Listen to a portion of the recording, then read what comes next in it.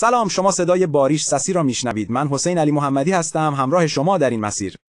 امروز میریم به قرن 15، زمانی که دو تا امپراتوری فقط زبون شمشیر رو میفهمیدن. این دو قدرت قراقویونلوها و آقویونلوها بودن که توی یه جنگ بیپایان گیر کرده بودن. اما توی این دنیای جنگ دومی یه قدرت متفاوت داشت ظهور میکرد.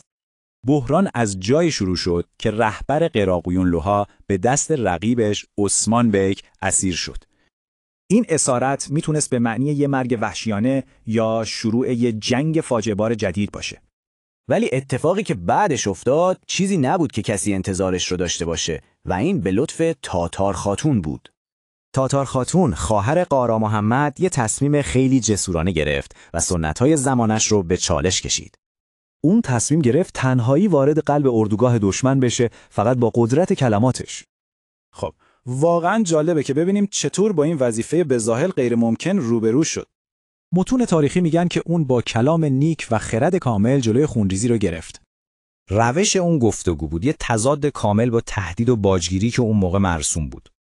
وسط چادر دشمن بین اون همه سرباز نه ترسید و نه عقب نشینی کرد. پس نکته اصلی اینجاست که دیپلماسی اون جایی موفق شد که خشونت برای نسل‌ها شکست خورده بود. با میانجیگری اون برادرش آزاد شد و یه صلح پایدار بین رقبا برقرار شد. اون کاری رو انجام داد که هیچ رهبر مردی از هیچ کدوم از این دو قبیله برای ده‌ها نتونسته بود. خب بریم ببینیم این داستان چه تصویر بزرگتری از اون دوران به ما میده. اون فقط یه زن شجاع نبود، نماد یه حقیقت فراموش شده بود. توی جامعه ترکمن زنها اغلب میانجی و چهره‌های سیاسی بودن، ستونهای پنهان اتحاد. و این به خوبی نشون میده که چطور یه زن به تنهایی تونست مسیر تاریخ رو عوض کنه. اون ثابت کرد که قدرت واقعی همیشه از لبه تیز شمشیر به دست نمیاد. گاهی وقتا قدرت از صلابت آروم یه صدایی بلند میشه که دنبال صلحه. داستان اون یه سوال نهایی و تأمل برانگیز برای خود ما باقی میذاره.